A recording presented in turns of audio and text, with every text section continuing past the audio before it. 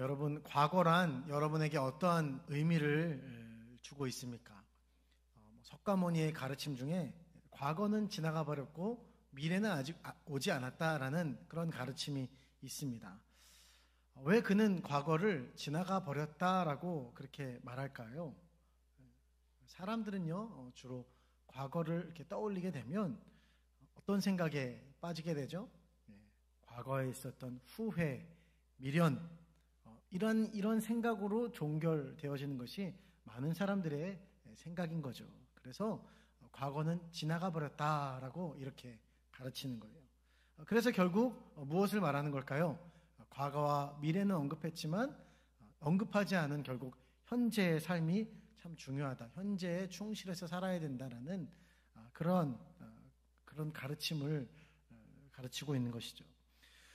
그런데 우리 믿는 자들에게 과거는 과연 오늘 현재를 살아가는 우리들에게 어떠한 의미가 있냐는 것입니다. 그 과거는 우리가 때로는 참 혼자서 고군분투하고 또 넘어지고 쓰러지고 또 실패한 과거 같은데, 그런데 결코 우리 혼자서 고군분투한 삶이 아닌 것이죠. 믿는 자들에게 있어서는 우리의 삶이, 과거의 우리 삶에 누가 우리와 함께 하셨냐는 겁니다. 바로 우리 하나님께서 우리의 삶에 함께 하시고 개입하여 주신 것이죠. 내가 실패한 것 같은 그 순간에도 하나님은 우리와 함께 하셨다. 그리고 그때마다 하나님은 우리에게 자신의 흔적을 남기셨다. 그 은혜의 흔적을 남기셨다라는 것입니다. 그리고 모든 인생 가운데 그 은혜의 흔적을 남긴 것이 무엇입니까? 바로 하나님의 말씀인 것이죠. 그래서 과거는 지나가 버렸다, 과거는 아무것도 아니다라고 말하는 것은 기독교적인 입장이 아니라는 것입니다. 그것은 하나님의 은혜를 망각하고 잊어버리는 실수가 되는 것이죠. 오늘 본문은요, 요단을 건너는 장면을 담고 있습니다. 그리고 그 요단을 다 건너면서 기념비 12돌을 세우는 장면을 우리는 볼 수 있어요. 그래서 하나님의 명령이 무엇입니까? 이거를 세워서 후대에 기념하게 해라, 기억하게 해라, 나의 흔적을, 은혜의 흔적을 남겨두어라 라는 그런 이야기죠. 그들에게는 현재의 사건이겠지만 후손에게는 어떤 사건일까요? 후손에게는 어쩔 수 없는 과거의 사건이라는 것이죠. 그리고 우리에게 있어서도 마찬가지입니다. 이 길갈의 사건은, 요단을 건넌 이 사건은 과거의 사건인 것이죠. 분명 하나님께서는 이 과거를 기억하라라고 말씀하시는 것입니다. 왜입니까? 그것이 하나님의 은혜의 흔적이기 때문에. 여러분 요즘 이제 구역신방을 하고 계시죠? 그러면 여러 가지 삶의 이야기들을 나누지 않습니까? 나의 어떤 힘든 이야기들로 나누게 되고 또 기도 제목도 이렇게 나누게 되는데, 그런데 이렇게 보니까 동시에 그런 얘기들이 나눠지는 것들을 볼 수 있는 거죠. 하나님의 은혜의 흔적들에 대해서 나누는 것을 보게 되는 것입니다. 예전에 나의 삶에 하나님께서 개입하신 그 은혜의 흔적들, 유식한 말로 간증이라고 하죠. 간증. 근데 참 놀랍습니다. 방금까지만 해도 참 힘들고 참 죽겠다 이렇게 생각이 들다가도 하나님께서 나에게 베푸신 은혜의 흔적들, 간증들을 나눌 때 나의 영혼이 어떻게 됩니까?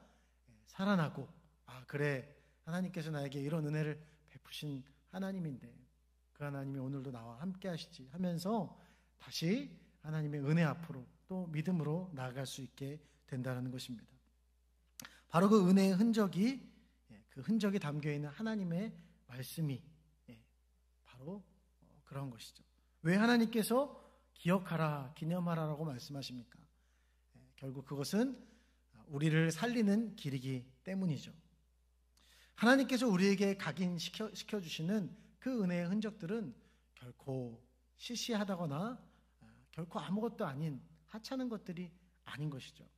늘 생각해보면 우리가 참 상상도 할 수 없었던, 생각해보지 못했던 그런 방법으로 하나님께서 우리를 인도해 주셨다라는 것을 우리가 알 수 있는 거예요.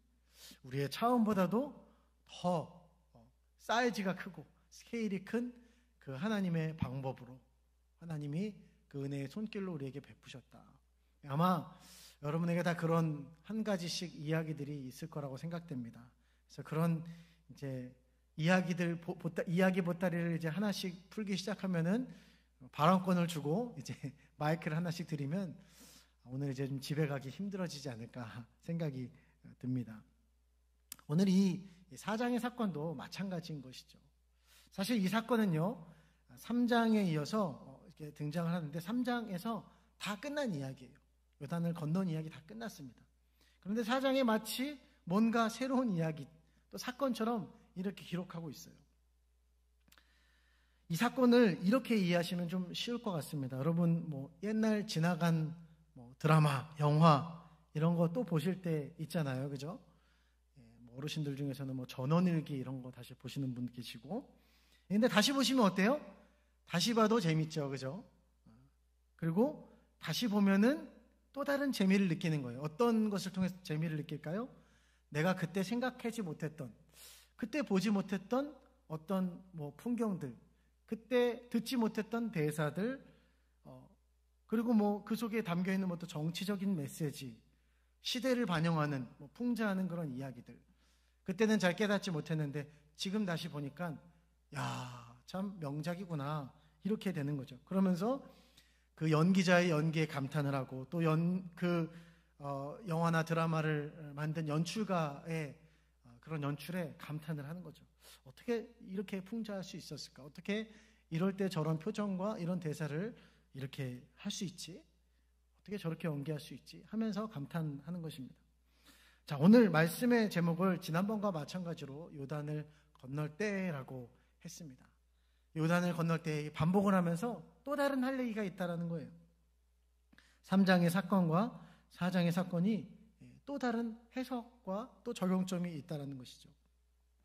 그리고 심지어 이 4장의 단락단락을 보게 되면서 참 느끼게 된 것이 있었습니다. 요단을 건너는 가운데 하나님이 이런 메시지를, 이런 의미들을 주셨구나. 곳곳에 하나님께서 이런 메시지를 주셨구나라는 것을 새롭게 발견하게 되었습니다. 어떤 신학자는 말하기를 참 재미난 표현을 했어요. 이 3장과 4장을 보면은 마치 그런 것과 같다라는 거예요. 여러 가지 카메라로 이렇게 다각도로 이렇게 한 곳을 바라보고 있는 것 같다. 만약에 이제 그렇다고 치면은 이쪽에 이제 여러분들이 이제 카메라가 이렇게 저를 다 비춰보고 있다라고 치면은 이쪽에서 바라보는 것과 저쪽에서 바라보는 것과 저를 바라보는 것이 다 다를 거예요, 그죠? 늘 이쪽에 늘 앉으시는 분들이 거의 그 자리에 앉으시죠. 그러니까 그쪽에서 바라보시는 것과 또 저쪽에서 바라보시는 것과 다르게 보일 수 있는 거죠. 정면에서 바라보시는 분들은 야, 참 잘생겼다. 오른쪽에 계신 분들은 야, 눈이 저렇게 깊이 패여서 잘생겼다. 왼쪽에 계신 분들은 이럴 땐 좀 웃으셔야 되는데 코가 날렵해서 잘생겼다. 네. 농담입니다.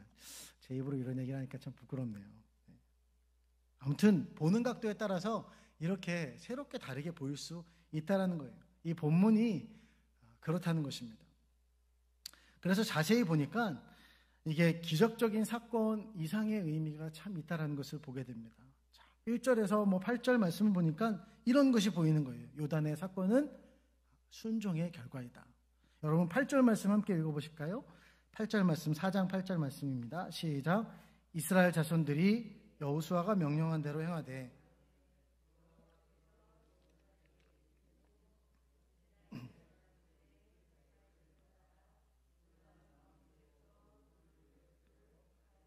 자기들이 유숙할 곳으로 가져다가 거기에 두었더라. 아멘. 이스라엘 자손들이 어떻게 했어요? 여호수아가 명령한 대로, 또 여호와께서 여호수아에게 이르신 대로, 그래서 순종할 때 역사하시는 하나님을 보여주는 거예요. 또 요단의 사건 가운데 말씀의 존재감, 또 말씀의 위력을 우리는 볼 수 있습니다. 7절 말씀이죠. 7절 말씀입니다. 시작. 그들에게 이르기를 요단물이 여호와의 언약궤 앞에서 끊어졌나니 곧 언약궤가 요단을 건널 때에 요단물이 끊어졌으므로 이 돌들이 이스라엘 자손에게 영원히 기념이 되리라 하라 하니라. 아멘. 뭐 앞에서요? 여호와의 궤 앞에서, 언약궤 앞에서 물이 끊어졌어요. 제사장들 앞에서라고 말할 수도 있습니다. 뭐 그냥 물이 끊어졌다라고 말할 수도 있어요. 그런데 굳이 언급을 하는 거죠. 하나님의 교회 앞에서, 하나님의 그 말씀 앞에서. 요난의 기적 가운데서 던져주는 메시지죠. 하나님의 말씀이면 이런 기적이 일어난다. 하나님의 말씀이면 무에서 유가 창조되었다. 여러분, 창조가 어떻게 되었습니까? 하나님이 말씀하심에. 하나님 말씀이 이 세상이 누구에 의해서,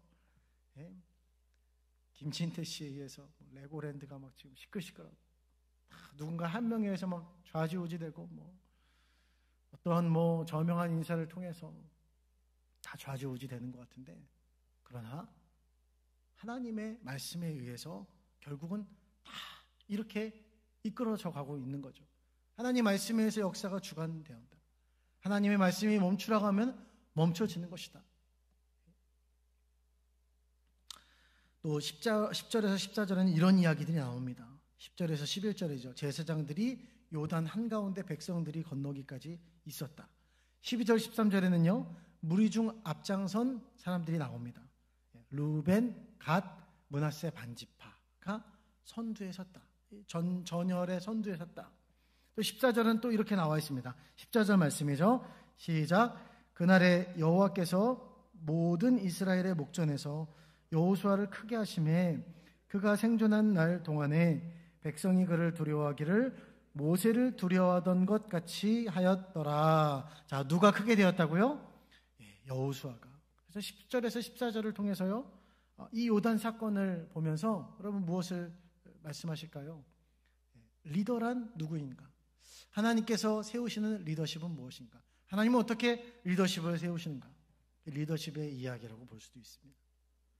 또 15절에서 19절은 기적적인 이 요단강 도하의 사건이 정말 사실이다 하면서 확증시켜주는 이야기죠. 요단강에서 무리와 제사장들이 무트로 올라오니까, 땅으로 올라오니까 어떻게 되었더라? 그러자마자 물이 다시 범람했다. 그래서 이건 우연한 사건이 아니라 하나님의 확실한 기적적인 사건이다. 그리고 오늘 우리가 19절 말씀을 읽었는데 이 시계에 대한 이야기가 나옵니다. 첫째 달 10일에. 이게 왜 언급될까요? 그러면 5장 10절에 가면요, 이스라엘 백성들이 이제 유월절을 지키는 시간이 언급되고 있습니다. 그때가 언제냐? 첫째 달 14일이라는 거예요. 여러분, 하나님의 놀라운 구원의 역사가 일어난 그 유월절, 그 유월절에 앞서서 하나님께서 주시는 특별한 선물이라는 거죠. 이 유월절이 정말 유월절 되도록 하는, 유월절의 의미를 정말 하나님께서 이 백성들에게 되새기게 해주시고 하나님의 확실한 은혜를 기억하게, 기념하게 해주시는 것. 유월절 직전에 하나님께서 정말 이렇게 하나님께서 치밀한 계획과 계산으로 하나님께서 마련해 주신 사건이다라는 것을 알 수 있는 거죠. 게다가 이 시기는 모세가 죽고 난 이후 3달의 시간이 지난 시기라는 거예요. 어떤 시기일까요? 백성들에게 있어서는 슬픔과 절망에 빠져 있을 수밖에 없는 시기인 거예요. 그런데 하나님께서 이 사건을 통해서 어떻게 하신 거예요? 여호수아와 이 백성들에게 반등할 수 있는 계기를 마련해 주셨다는 거죠. 그런 특별한 은혜의 사건이라는 것을 바로 이 시간을 통해서 또 말씀하시는 하나님. 이 사정을 보면 내용이 이렇게 반복이 됩니다. 근데 그 가운데서 계속해서 다각도로 하나님께서 보여주시는 거죠. 여러 카메라를 통해서 이렇게 이 사건을 보여주시는 것처럼. 왜 그렇게 보여주고 계십니까? 왜 반복하고 있습니까?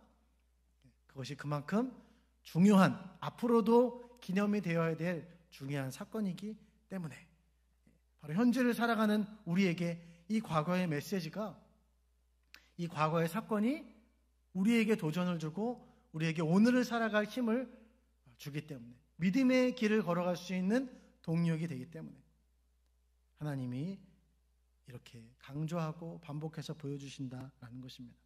여러분, 하나님께서 우리에게 주시는 메시지, 이 사건은요 결코 시시한 것이 아니라는 거죠.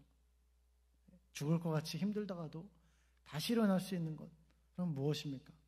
우리의 삶 가운데 베푸신 하나님의 놀라운 은혜, 이 요단의 사건들, 이런 하나님의 말씀, 곳곳에 있는 하나님의 은혜의 말씀이 우리를 살리시는 줄 믿습니다.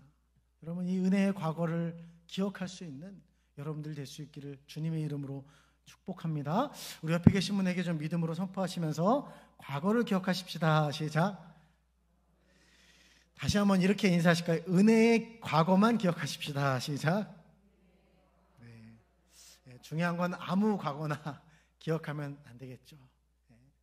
우리 말숙이와 옛날에 연애했던 이런 과거, 이런 거 기억하면 안 됩니다. 그죠? 오늘 우리가 읽은 본문 가운데 하나님께서 우리에게 주시는 은혜의 말씀들을 좀 나누고 싶습니다. 우리 다시 한번 20절에서부터 24절 말씀을 한 목소리로 읽어봤으면 좋겠습니다. 우리 읽겠습니다. 여호수아가 요단에서 가져온 그 12돌을 길갈에 세우고 이스라엘 자손들에게 말하여 이르되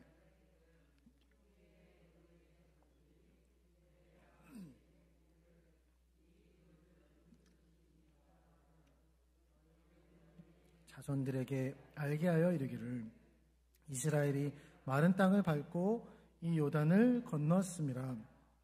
너희 하나님 여호와께서 요단물을 너희 앞에서 마르게 하사 너희를 건너게 하신 것이 너희의 하나님 여호와께서 우리 앞에 홍해를 말리시고 우리를 건너게 하심과 같았나니 이는 땅의 모든 백성에게 여호와의 손이 강하신 것을 알게 하며 너희가 너희 하나님 여호와를 항상 경외하게 하려 하심이라 하라.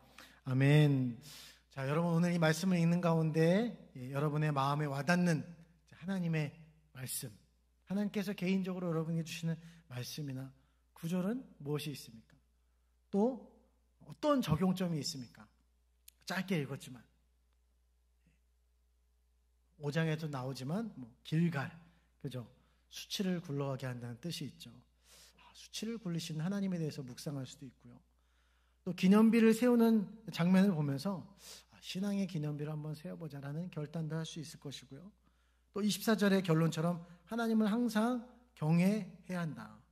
그래서 하나님을 경외할 수 있는 신앙의 기념비를 세워보자.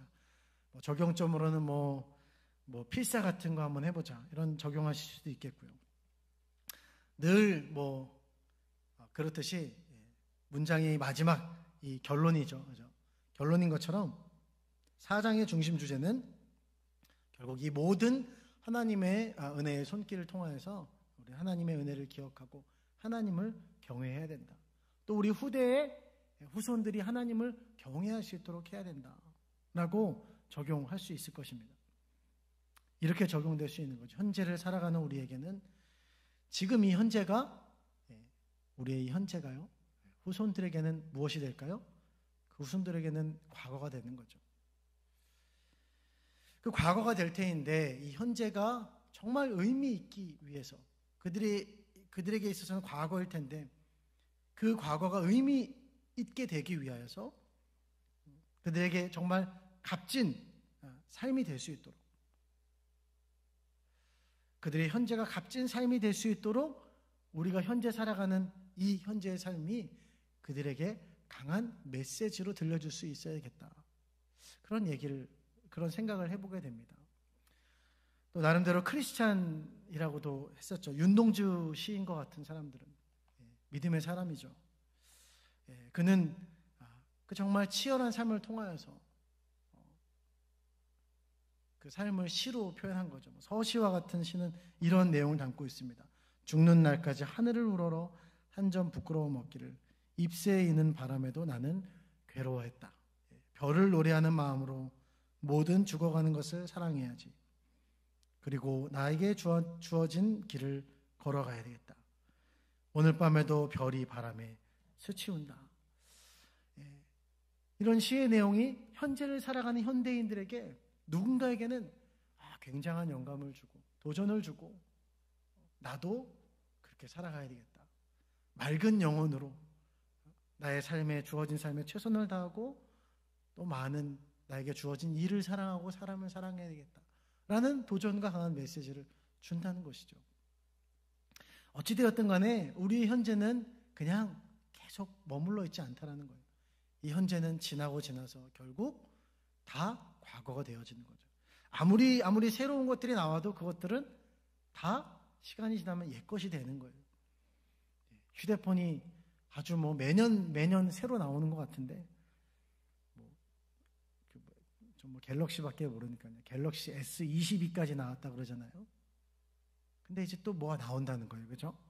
그럼 이제 22는 뭐가 되는 거예요? 찬밥 신세가 되는 거예요. 그리고 이제 그보다 더 아래에 있는 21은 무료로 준다 이러면서 광고를 하지 않습니까? 이렇게 되는 거죠. 그러나 정말 가치 있는 것들은요, 그 변하는 것들 가운데서도 빛이 나는 거예요. 제 거는 20입니다. 20. 22가 지금 새로운 게 나온다고 하는데 20을 쓰고 있어요. 그래도 제가 알아보니까 이게 명작이래요. 그래서 제가 이거 산 거죠. 근데 하필이면 또 고장이 났어요. 어떻게 했을까요? 고쳐 쓰고 있습니다. 많은 돈을 주고 고쳐 쓰고 있는 거예요. 가치가 없다면 당장 바꿨을 텐데, 생각해보고 또 알아보니까 고쳐 쓸 만한 가치가 있다. 명작이라서 저는 고쳐 씁니다. 여러분, 우리의 현재의 신앙도 마찬가지죠. 이것은 분명 우리의 후손들에게 과거가 될 거예요. 그런데 이 신앙의 유산이 요단강 도화와 같은 이런 명작이 되어지고 여러 각도로 들여다볼 만큼 가치 있는 사건이 되어지는 것은, 물론 가장 중요한 것은 특별한 하나님의 은혜의 사건이라는 것은 부인할 수 없습니다. 그러나 동시에 우리는 이 사건을 통해서 이 요단강 사건이 길이 남는 사건이요, 후대에게 영향을 주는 사건이 되었음에 이 키워드를 뺄 수가 없는 거예요. 그건 무엇입니까? 바로 순종이라는 것입니다. 10절을 보니까 요단을 건널 때 백성들이 건넌 장면 속에 이런 단어가 등장합니다. 그들이 건널 때 어떻게 건넜다고요? 속히 건넜다라는 거예요. 여러분, 빠르게 건너야 할 만큼 그 가운데 힘들었던 사람들을 생각해 보게 됩니다. 누가 힘들었을까요? 누가 가장 힘들었겠습니까? 제사장들 아닐까요? 그죠? 제사장들은 이 요단강 한복판에서 백성들이 다 건널 때까지 어떻게 하고 있어야 돼요? 궤를 계속 메고 서 있어야 되는 거예요. 그렇게 계속 버티고 서 있는 일이 쉬운 일입니까? 쉽지 않은 일입니까? 아무리 건장한 사람이라도 힘든 일인 거예요. 마치 100m 달리기를 준비하는 선수처럼 저 멀리서 불어있는 강물이 멈췄다면 어딘가에선 계속 물이 지금 쌓여 있는 거잖아요. 엄청난 홍수가 기다리고 있어요. 저 멀리 물이 땡 하면은 막 휘몰아 쳐가지고 잘못하면 휩쓸려 죽을 수도 있는 그런 위협감을 느끼는 거죠. 그 가운데서 버티고 서 있어야 되는 거예요. 3절은 말하고 있습니다. 그들이 굳게 선 그곳에서, 하나님의 말씀이 그들이 굳게 선 그곳에서, 그들의 그 말씀처럼 그들은 그 요단 한복판에서 정말 굳게 서 있었다. 믿음의 순종이라는 것이죠. 백성들이 속히 건넌 것은 이런 제사장들을 배려한 모습도 있었을 거예요. 그러나 이 속히라는 단어 속에서 이런 것들을 생각해 보게 됩니다. 백성들도 속히 건널 만큼 무섭지 않았을까? 그렇죠? 두려운 마음이 있었다라는 생각을 하게 되는 거예요. 그 중에서 두려워할 만한 사람들이 꽤나 많았겠죠. 저 같은 사람들은 두려웠을 것 같아요. 그러면 어떻게 하겠어요? 진짜 겁이 나는 사람들은 못 건너는 거죠. 그죠? 야, 이거 건너다 죽으면 어떡할까? 그리고 그럴 수 있는데 오늘 말씀을 보니까 그들이 다 건너갔다라는 것입니다. 백성들 또한 믿음의 순종을 한 것이죠. 이 일을 처음부터 듣고 순종한 한 사람을 생각해 보게 됩니다. 여호수아. 그에게 있어서는 가장 책임이 큰 사람입니다. 실패하면 엄청난 창피와 모멸감을 당할 수 있어요.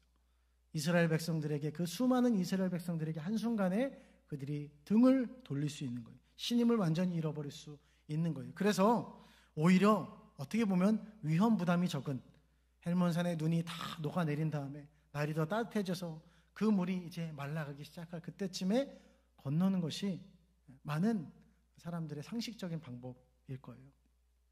그러나 그는 하나님께서 이렇게 말씀하실 때, 요단강을 건너라, 발을 디뎌라 했을 때 그 말씀을 전달하고 또 그 말씀에 가장 앞장서서 순종했던 사람입니다. 믿음의 순종인 거죠. 만약 순종하지 않았다면 요단강은 어떻게 되었을까요? 우리가 곧 이어서 나올 아이성 전투를 통해서 볼 수 있습니다. 얄짤이 없는 거죠. 순종하지 않으면 그냥 바로 패배로 이어지는 것. 하나님께서 이 이스라엘 백성들이 이 가나안 전투의 초창기에 하나님께서 그들에게 교육하셨던 방법입니다. 여러분, 순종할 때 그들에게 어떤 일이 일어났습니까? 여호수아는 오늘 이렇게 말하고 있죠. 23절 말씀입니다. 우리 함께 읽어보실까요? 시작. 너희 하나님 여호와께서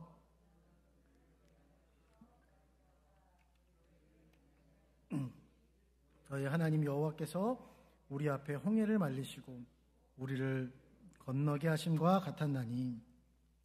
여러분, 좀 이상하지 않습니까?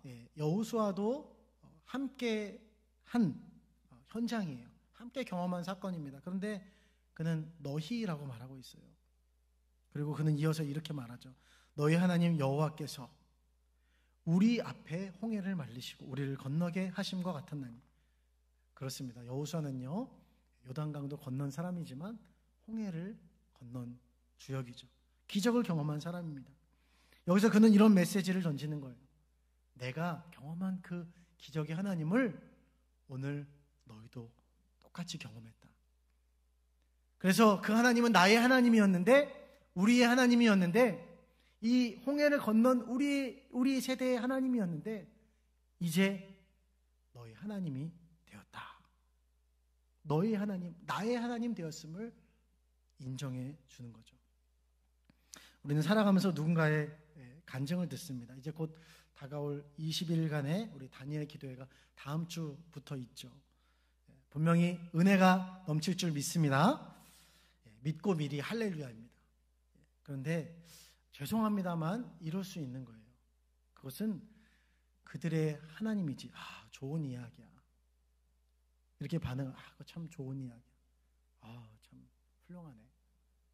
근데 거기서 끝나면은 또 어떤 거예요? 그냥 그건 그들의 하나님이지 나의 하나님은 아닐 수도 있다는 거예요. 그런 이야기를 들으면서 우리가 할 수 있는 착각이 있죠. 마치 그게 나의 하나님인 것처럼 착각하는 거예요. 내가 그런 경지에 올랐다라고 착각한다는 거예요. 그러나 나의 하나님은 어떻게 나의 하나님이 되는 것입니까? 어디까지나 내가 믿음 안에서 고민하고 갈등하고, 그러나 그 가운데서 결국은 하나님 앞에 순종할 때 우리가 경험하는 그 하나님이 나의 하나님이라는 것입니다. 그리고 나의 하나님을 경험하는 이 현재가 바로 우리의 자녀들에게, 우리의 믿음의 다음 세대들, 후손들에게 의미가 있는 과거가 된다는 것입니다. 그들 마음속에 도전을 주고 결단하게 만드는 것이죠.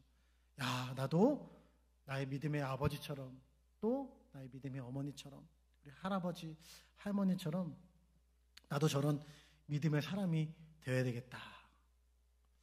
지난 주일날 저희 부친께서 이제 20여 년간의 목회 여정을 마무리하셨습니다. 그리고 이제 은퇴를 하시면서 이제 그 모교회에서 저희 모교회에서 이취임식을 하셨습니다.